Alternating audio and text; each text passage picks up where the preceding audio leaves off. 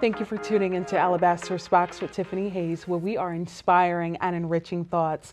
Today we have a very special guest by the name of Alexis Bascus. She is going to share with us her experience and her expertise with financial fitness.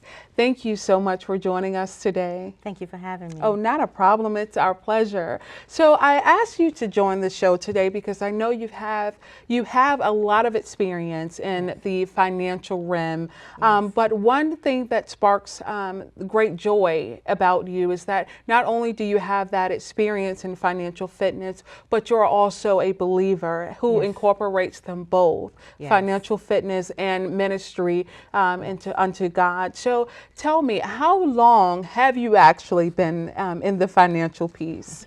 Well, it started out me selling real estate, actually. So I would say a little over 18 years. And I've seen a lot of things, a lot of changes, people getting into debt, having debt, so forth, having financial struggles. And so I've seen a lot all across the board. So you wanted to make that difference in the people that you've seen? Yes, absolutely. I started feeling a pull on helping people becoming financially astute.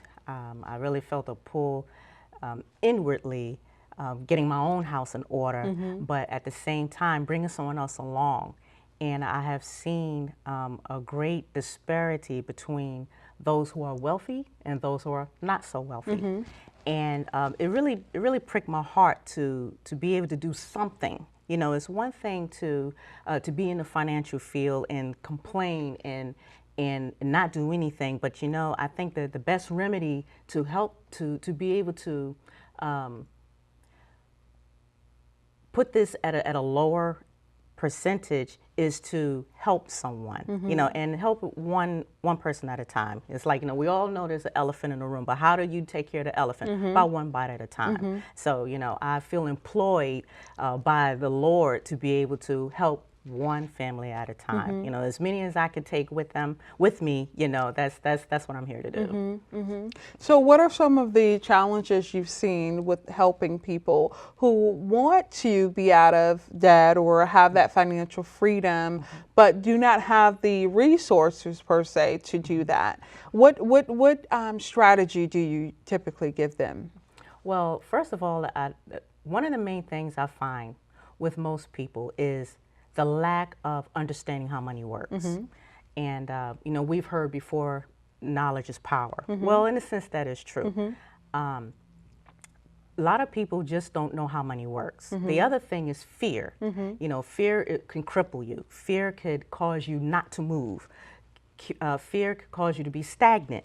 You know, fear could bring on more negativity, especially when we have issues like 9/11 or stock market. You know, back in 2008, people become very fearful when they have a family member who've had issues, and they say, "Well, I don't want to go down that road," you know. And so I think those are the main two things that causes people to not progress. Some of the strategies is teaching people how money works, letting them know that, you know, you don't need to have thousands and thousands of dollars at front to be able to make more money.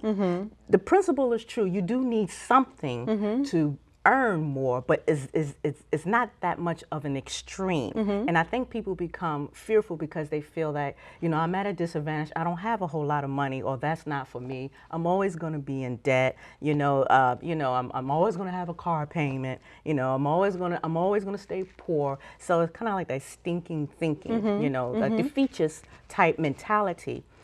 And however, I'm here to help people. First of all, you need to have a discipline.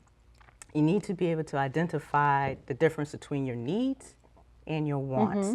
And you need to stay focused, you know. And one of the Bible principles that that I help share, especially during the FPU that we have at our church. It's called Financial Peace University through Dave Ramsey, and I help facilitate that. But one of the things is being able to realize that you are responsible as a Christian, or even really as a non-Christian, but this is where you have stewardship over your money. And being a good steward is principal for financial success all the way across the board. I can't even explain that more. You know, it's just it's imperative to understand how money works. And once you have a clarity how money works, you could be able to, you'll know, you have the confidence to be able to implement those strategies. But the thing is understanding that really, for real, the money doesn't belong to you. We're just stewards. We're just here passing through. You know, our life is but a vapor. You know, we don't know how long we're going to have. So let's do the best that we can with what we have and move forward. Okay, I certainly agree with that. And you stated that we are just simply stewards with it. But as being a steward, we have to make sure that we're managing, which is a steward, properly. Exactly. Being good stewards over God's resources, however it may be, whether it's physical money or whether it's a particular gift that you may have or what have you. But nonetheless, we are stewards over God's resources. And the principle of multiplication, you know, God blesses those, and I firmly believe that if you're faithful in a little, He'll find you faithful in much. And a lot of people have financial issues is because they're not faithful in the small things. So it's kind of hard for people to see how they can people want to maintain the big things. People got big goals, big dreams, and that's fine. But you know, you have to pay your bills on time. You gotta not get into debt if you can help it. You know, or if you're in debt, then pay off your debt. You know, have a strategy, have a budget, have a plan. You know, it's so important. And these are principles, really, to be honest with you, we use godly principles inside and outside of the church. Absolutely. And it always works. Yeah. It really does. But for the Christians, most Christians that I've met or known have a particular problem in implementing these biblical principles. And that's where I feel that God is calling me to cry aloud and spare not, and help people get on board, because you know the devil is running rampant. We can see the world system have no problem when it comes to finances. Absolutely. They have money piled set aside. They using the principle, but we're kind of like behind the eight ball. And so that's where I feel that push, that ministry is to help Christians, in whether you believe in God or not, still the rules still apply. You know, we have to be able to understand how money works, so you could be able to apply it to where it needs to go. Well, you said something that was key. You said the rule still applies, and you just also touched on that the principle works in and outside of the church. And so let me ask you this: do you think that as believers, do you think we become so spiritual minded that we forget to be sober minded in a sense, as well as it relates to finances? Yes and no. I would say no in some instances, because the Bible says that the poor is going to be with us always. So we cannot help that. We would like to eradicate poverty, but the truth is Jesus said that the poor is going to be with us always. So some people are poor, and that's just the way it is. However, on the yes is that those of us who learn the principles, our problem is not applying it. That's where the lack of wisdom comes in. It's one thing to know, but it's one thing to apply what you know. And just like you say, I have met so many Christians, even myself, you know, at the beginning of my walk and maybe in the middle of my walk per se, did not have the right mindset of stewardship. And it took for me to go through some changes for me to have that understanding, someone like an epiphany, if you will. You know, it's like, oh, okay, or let me do it God's way, because my way is not working, you know. And so coming out of myself, understanding, one, being content with what you have, and two, trusting in God, trusting in the Lord.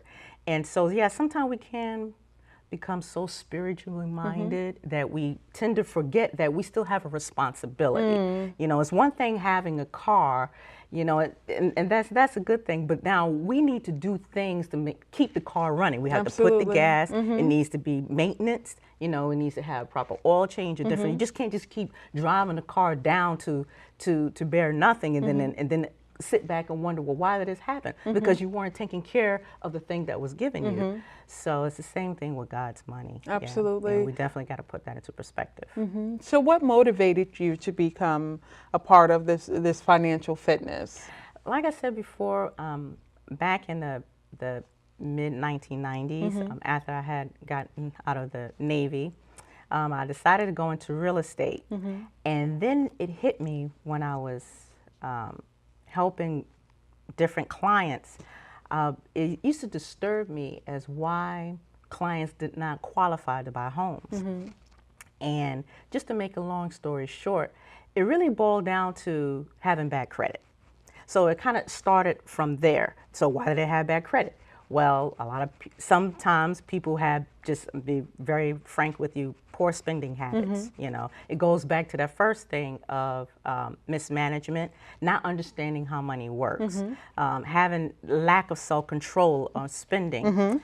The other thing is not being prepared for emergencies. I cannot stress enough that I think that's one of the number one things that take people out, is not being prepared for emergency. And even in the Christian aspect, you know, faith is good, don't get me wrong. I'm not knocking faith, but at the same time, you need to have a savings account. You know, you need to have an emergency fund. You know,